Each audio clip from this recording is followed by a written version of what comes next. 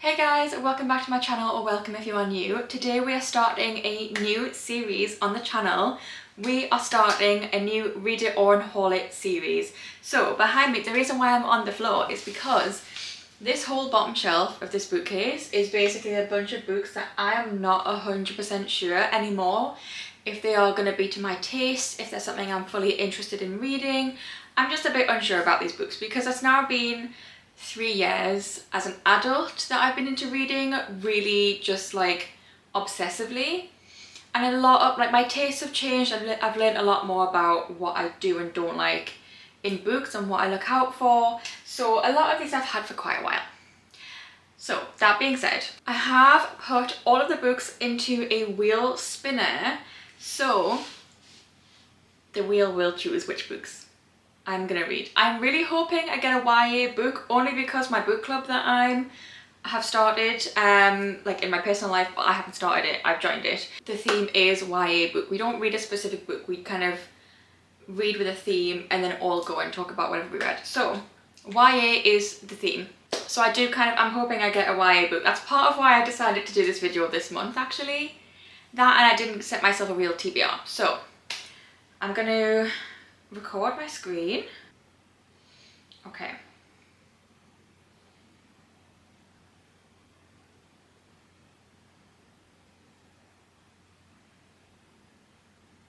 Okay, I have both books on this TBR. No, I have both books on the shelf. I've only put one on the wheel. The wheel chose Sat On You by Amy Lee. I think I have tried to read this once before. So we're gonna give this a go. This is gonna be the first book of the video, and we will just see how we get on with that. I'm sorry not to always be going on about heated rivalry, but come on. What a beautiful background that makes. Anyway, okay, so let's take a look at what this book is about. Obviously, I know it's a romance. I'm sure this series, there's 3 books, and they're all influencers, maybe? So this one is curvy fitness influencer Crystal Chen built her career shattering gym stereotypes. After a recent breakup, she has little time left for men, instead finding joy in the gym, her place of power and positivity. Enter firefighter Scott Ritchie. I'm gonna ignore how that name sounds. The smug new gym patron who routinely steals her favourite squat rack. Soon sparks start flying. As the ultra-competitive foes battle for gym domination, the last thing they expect is to run into each other at their grandparents' engagement party. And in the lead... Wait, their grandparents' engagement party? Okay. And in the lead up to the wedding, Crystal discovers there is a soft heart under Scott's muscled exterior.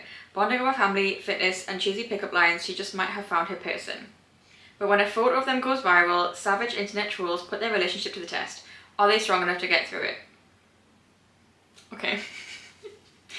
I'm not hopeful, only because I have a feeling. I read... The Dare by Elle Kennedy from the Briar You series last month. And one thing I hate about that is the fact that she was a more curvy MMC. And when I say that, she's not, like, she was described as looking like Marilyn Monroe, that level curvy, which, yeah, so, and she had a real thing about her weight and how it made her ugly, so I'm just hoping we're not gonna have another, like, I don't know. I want women to feel comfortable in themselves because of themselves, not because of a man. So we will see. I'm gonna start reading this now and I will let you know my thoughts. Okay, I don't normally update this quickly, and I am also using a receipt as a bookmark because I forgot to take one downstairs. I'm on page 26. I'm gonna give myself until 50 pages to fully decide. But so far, I don't like either character. We're literally introduced to the MMC straight away. I'm on chapter 3. It's taken 2 chapters. It's been less than 2 chapters, let's be real. I don't like either of these characters. They meet at the gym. She has like a favourite squat rack. And she has left the area to go and get some water. And in that time it's took her to get some water and come back, he is now preparing to use the squat rack. And she's like, did you not see the headphones on the floor? Like, this is my squat rack. Go use the other one. And he's like, no, because now I'm putting my weights on it. And both people were very defensive and a bit rude for no reason. Like, is it really that serious, a squat rack? But she is more in the wrong. If you leave the area, you don't own it. You don't own that bit of equipment. It's not yours. If you leave the area, you've got to be prepared for someone to get in there before you can get back. So like, you can't be a dickhead about someone who's gone to it after you've left the area. I don't care how little time you've been away. If you've been away, you've left the area and it's open for someone else to use it. And yeah, he was rude, do not get me wrong. And then she goes and posts about it on social media. I know she's a Fitstagrammer, but just like, that's toxic. That's why that was not necessary. It was really childish. And then, this is all within 6 pages, by the way. And then he like leaves his phone. So she like hides it and starts doing exercise. So then he knows she's the one that's taken it. So he puts her phone down his pants, like down his shorts, which is really gross. He ends up like seeing on her phone that she gets a Tinder message. And I'm not even being funny. She gets like a cringe message and she's like, oh my god, don't message him back. Not like for any like real reason other than she just like doesn't want an embarrassing message sent. And then he's like, oh, I'm gonna ask him to define Netflix and chillaxing, because that was the message. And she's like, oh, I'm gonna switch tactics. Go right ahead, I dare you. Why would he not do it after you said that? Like, why would you think that would get him to not text this random guy and embarrass you? He's not gonna go like, oh, never mind. I'm gonna try a little bit more, but I'm not hopeful because both of them are childish. She's like 28 or 27, I think, and he's in his like late 20s to early 30s somewhere. Grow up. I hate childish main characters, so I'm gonna struggle, I think, but I'm gonna try. I'm gonna give it a go, a real go. I think 50 pages is manageable, and I think it's reasonable, so I will let you know if this gets any better. If I look sweaty, it's because I've just been changing my duvet. In fact, all I've done is strip the bed. I haven't even put my new duvet on yet and I am sweating. Anyway, I'm on chapter 6, which is 52 pages in, and this is in fact going to be a DNF because they've just kissed.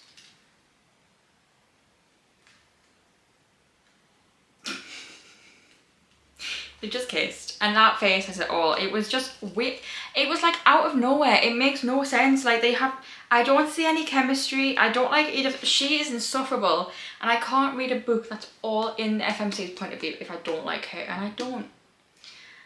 She's so petty. Even her friend, or was it her sister, someone called her out on being petty. Like, this one is going to be a DNF, I am afraid. So, with that being said, while I'm here, and makeup's on, and the camera's on, let's pick the next book for this video. Hoping it's a YA. I never thought I would say that, but I need one for book club. Oh, it's not. Okay. Interesting. Interesting. Cleopatra and Frankenstein is a book that still has its bookmarking from when I last DNF'd it. I can't remember. I think this was back in, I want to say 2023 or 2024. I think I was doing a 24-hour readathon or something, and I got 80 pages in and I just really could not. I'm mid-chapter and I was just like a little bit bored, and yeah. So I'm going to take the bookmark out. It's a Cleopatra and Frankenstein one. We're going to take the bookmark out, put it at the beginning, and we're going to start again. I feel like I'm really in the mood for something a little bit more literary fiction-esque. I've just finished a fantasy that I had to listen to most of it, partly for time. I'll be honest, I just didn't have time this weekend to sit down and read it, and I really wanted to have it finished. And partly because I was struggling to concentrate. That being said, maybe this is not going to be the best book when I'm kind of struggling to concentrate, but also, you never know. Let's get into Cleopatra and Frankenstein. Before I get started on this, I am going to make my bed and hop in the shower, so I'll probably get into bed while I read this.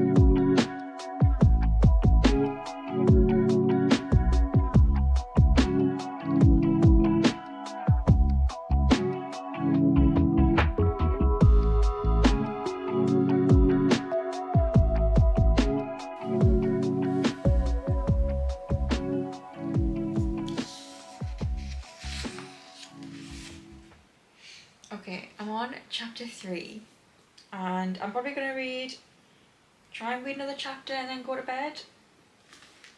Chapter 1, their first meeting, I really loved. They have such good banter. They've just got this back and forth that's so witty and fun. And then chapter 2, there's definitely some cracks in the relationship. There's definitely something that's just like, I mean, they've only been together for 6 months. And obviously they get married so that she can stay in New York. I don't know. I'm interested. Chapter 1 was a really good intro and it made me really like them, even though there is literally like a 20-year age difference between them, which is a lot. It is a lot. She's only 25 when they get married, so I'm intrigued. I'm going to read another chapter and then I'm going to go to bed and I'll catch up with you when I've read some more. Oh, I feel like I've just sank right into the corner. Okay, it's the next day. It's about 8 o'clock. Where did I put my phone? I think I left it upstairs. It's about 8 o'clock. I am on chapter 5, which is about 70 pages in. And I don't know how I feel about Zoe. We kind of currently have like 3 main characters. Well, Cleo and Frank are kind of like their own storyline. And then Quentin has his own storyline and then Zoe's got another storyline. So I think this chapter I'm on, we're following Zoe again. I have mixed feelings. Chapter 1 was a really strong chapter. It made me fall in love with these two as a couple. And then since then I'm like, you know, there really is a 20-year age gap. And I don't know how I feel about the 20-year age gap. I don't know. Normally I'm like not super bothered. I think Frank is still like going out drinking and doing cocaine. He's like 45. He's mid-40s. I don't know exactly what age. He is described as mid-40s. And I just think it's really sad for a 40-year-old to be doing cocaine on the weekend, or on a weekday even. And we've had a little bit of, like, does he maybe have substance, like or alcohol, or both, issues? And I think he, in his head, is kind of questioning, is there an issue there, but not really enough to worry about it. I think Cleo's starting to maybe realise there's definitely an alcohol issue there. And then Zoe is his younger sister, who's only 19, and she's just really bratty. Like, she doesn't like Cleo, and I don't understand why. I really like Cleo. And then Quentin also is just, like, a cokehead as well. So, and then there was, like, brief mentions of crystal meth, and he was like, absolutely not. But I'm worried that he is going to go down that path with this person he's just met.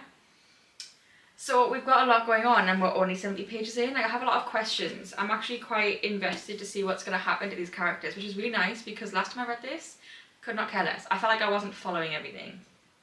So I have, like I say, it's 8 o'clock.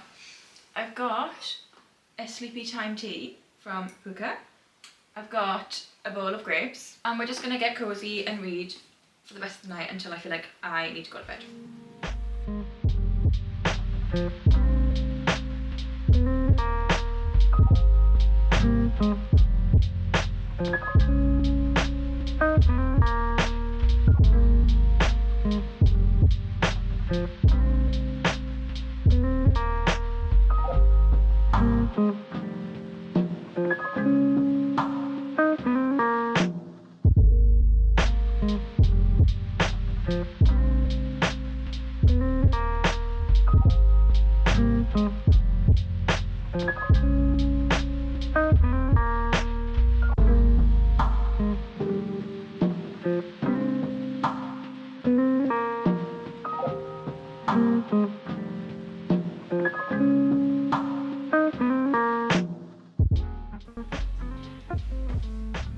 Is Zoe gonna get a sugar daddy? Is this what's gonna happen right now? I'm feeling some foreshadowing.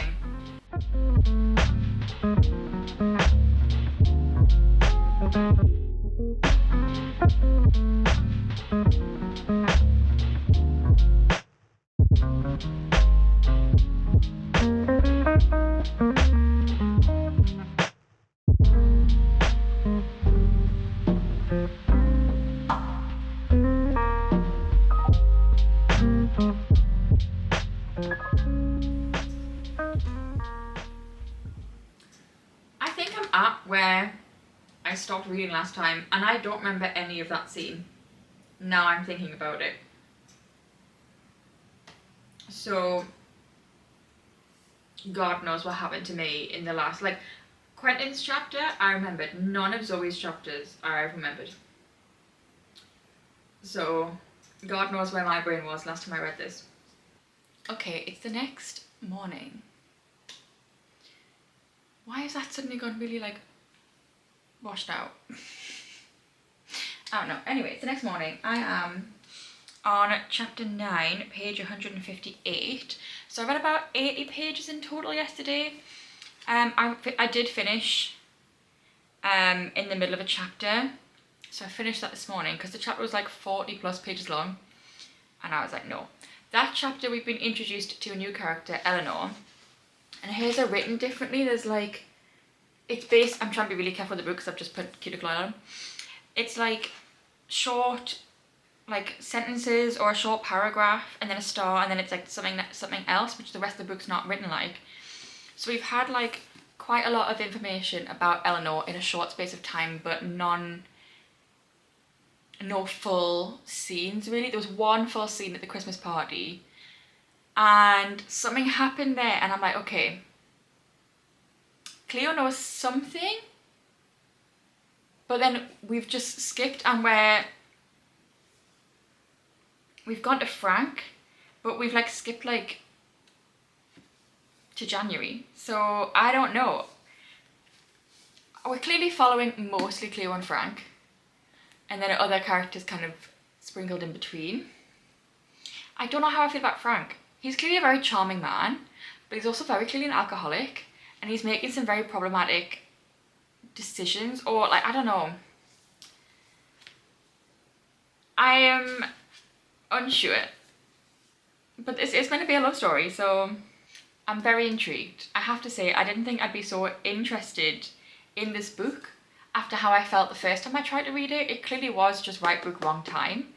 And that's why I'm all for, if you're reading a book and you're not that interested, just put it down and set it aside for later, because maybe there will be a time when it is the right time to read it and you get so much more out of it. I'm just happy to be really intrigued. It's making me want to read more like literary fiction. I do know that I like the odd literary fiction type of book. I'm very particular, I think, about the ones I do like, but it's making me want to maybe explore more of that genre this year, possibly. Anyway, I'm about to go out. I have a doctor's appointment and then I have like 3 hours to kill before my hair appointment in the same town. So I'm actually meeting a girl from work because we both have the same day off.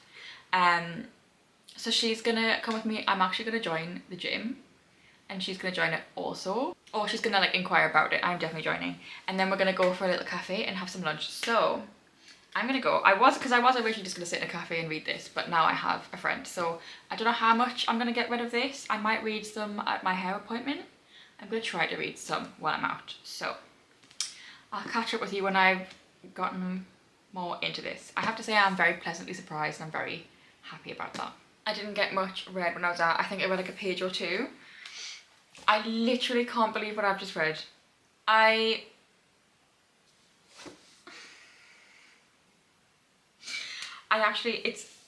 haven't finished the paragraph. I can't finish reading it. I actually don't even know. And now we're switching to a different person's point of view. I need to know Cleo's reaction to what's just happened. That's two things now. Where something, I really wanted to know Cleo's point of view on it, and I don't get it. That's what's a little bit frustrating. I want to know everything, so I don't know how to go from here. Something else has happened in this chapter. Nothing's happened yet. But Frank's in a monologue when it comes to another person. I'm like, oh, I don't like him. He's not a good man, but he's like such a flawed character. He's a very full character. He's very flawed. He has got his good things about him. Like, I think in a lot of ways he's a good man.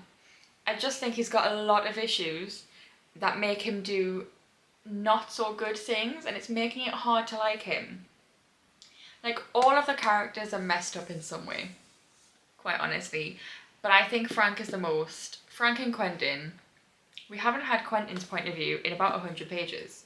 So I would like to go back to him. I want to know if he's okay. Because he's very messed up, but it's not like his fault. And Frank's issues aren't his fault, but there's something he can get help for. Whereas Quentin, it's different. It's more like an identity thing. So I just can't get over it. The last paragraph of chapter 9 is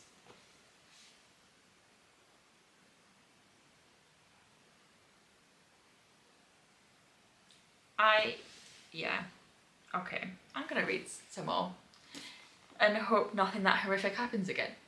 Okay, I have officially finished Cleopatra and Frankenstein, and I think I'm gonna rate this a solid 4 stars. I enjoyed this a lot more than I thought I would. I was enjoying the process of reading it a lot more than I thought I would, which I wasn't expecting based off of the previous time I tried to read this book and got about 80 pages into it. So yes, pleasantly surprised. This is not a book for people who can't enjoy reading about characters they're not meant to like. I think there's only one unproblematic character in this book, and he is called Santiago, and I think we only get 2 chapters in his point of view. Eleanor comes in a close second, but I still think she has her problematic moments. I mean, she falls in love with a married man, but for the most part she was pretty unproblematic. Zoe was a bit of a strange one. She definitely had her issues, similar to Frank.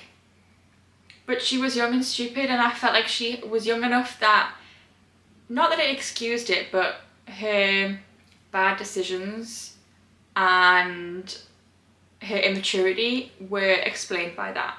And she had room to grow. Whereas Frank is like 44, 45, and I feel like he was maybe the worst character of the story. He has a lot of moments where I just think he's either said something that's completely out of line or done something that is just completely unforgivable in my opinion. But he does have really good character development, and I'm really happy about that. Like, I really enjoyed reading him get better and heal in some ways. Like, that was really satisfying to read, because the fact he did feel so, not irredeemable, but he just felt like he was so lost, and it would have, not that he was too far gone necessarily, but yeah, he was a very complicated character, and I'm really glad to have seen his character development, and same for Cleo. I think she had a lot of problems as well, but again, she was younger, so obviously gonna be more immature, but for the most part, I feel like Frank was definitely the worst out of their relationship. But again, I really enjoyed seeing her have her character development and her time to heal. And then there's Anders, who, okay, this man is like a ladies' man. He was a model in his 20s, like he's meant to be stunning. He's kind of like Leo DiCaprio, where he's just like not dating, because he doesn't really date, but he's sleeping with women a lot younger than him. What I don't understand is how in his 40 odd years of being this sexy playboy womanizer, how did he not know how to please a woman? Not a single woman in this said that he did a good job in the bedroom. Like, that's so embarrassing. That's really embarrassing. Yeah, so anyway, I did really enjoy this book. This is definitely more of a character study rather than there being a set plot that we're following. And like I say, you have to be able to tolerate messy, unlikable characters to enjoy this book. So if you're the kind of person who does like that, like a flawed character, messy people, I think you'll like this book. So yes. Okay, we've had one DNF, one 4-star, which is a really decent rating. It's not even really decent, it's a really good rating. So, okay, I have decided to DNF both X's and O's and Set On You, by the way. So Set On You, I think this is the second one. I have, oh no, X and O's. I don't know which way around they go, okay? I can't remember which one I even started to read. They're both removed from the shelf and from the wheel. So let's spin to find out what the next book we're going to read, or the last book we're going to read in this reading vlog is going to be. Oh, please stop, please stop. Oh! Okay, actually, I'm happy with either of these. It was going to be, that was very close. I really thought it was going to be Tomorrow and Tomorrow and Tomorrow, which after reading Cleopatra and Frank, I thought that would be a really good one. I think I'll enjoy it, but Boy Parts by Eliza Clark has in fact won, and this one I'm also really, when I got this, I think a colleague I used to work with, she read this and she absolutely loved it. So I'd heard about it quite early on in my getting back into reading as an adult era. And I've heard a lot about Penance, which I think came out maybe after, oh no, must have come out before this. This one is, actually it looks like decently short. It's literally just less than 300 pages, and to be honest, this writing is quite big. Yes, this is definitely a book that's out of my comfort zone, but it's a book that when I heard about it, I was so intrigued. So I will read you the synopsis. Irina is in a rut. She obsessively takes explicit photographs of average-looking men while she scouts from the streets. Wait. Wait. Is this set in Newcastle? Wait, I did not know this. Okay, sorry, okay. She obsessively takes explicit photographs of average-looking men she scouts from the streets of Newcastle while her dead-end bar job slips away. She's more interested in drugs, alcohol and extreme cinema. When she's offered an exhibition at a fashionable London gallery which promises to revive her career in the art world, it should feel like an escape, but the news triggers a self-destructive tailspin, drawing in her obsessive best friend and a shy young man from her local supermarket who has attracted her attention. Interesting. For those of you who don't know, I am a Geordie. I am from Newcastle. So, okay. Oh wait, Eliza Clark is from Newcastle. Okay. I'm excited. I'm intrigued. Let's get into Boy Parts. I am 76 pages into this book and I hate the main character with a burning passion. She is the worst person ever. She is awful. The way she treats her friends, horrible, quite frankly. And like, her mother is awful, so clearly it's genetic. It's clearly just genetic. And then she's all like, oh, woe is me, my mum's awful to me. Well, you're awful to other people, so you clearly just deserve it, you sack of shit.